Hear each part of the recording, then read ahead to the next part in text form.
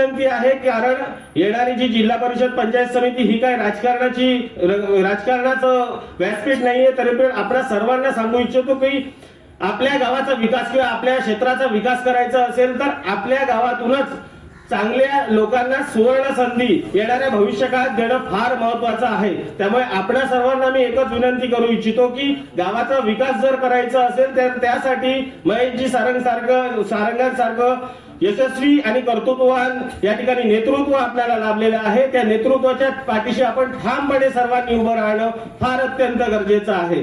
आपल्या सर्वांना माहितच असेल की इमारत बांधण्यामध्ये सर्वात प्रथम ते या ठिकाणी ज्यावेळी त्यांनी पदभार स्वीकारला, जिल्हा नियोजन समिती सदस्य झाले, त्यावेळी त्यांनी स्वतःचा जो निधी असतो त्याच्यामधला पहिला 20 लाखाचा निधी हा आपल्या कोलगावच्या या ग्राम सचिवालय इमारतीसाठी दिला। मित्रांनो, आपण माहिती असेल की त्यांचं कर्तृत्व आणि दातृत्व हे सर्वांना माहीत असेल, परंतु आपल्या गावाची इमारत, आपल्या विकासाचा जो कणा आहे तो या ठिकाणी चांगला भक्कम उभा राहिला पाहिजे। त्यासाठी त्यांनी सर्वप्रथम आपला निधी आपल्या गावासाठी दिला, त्याबद्दल मी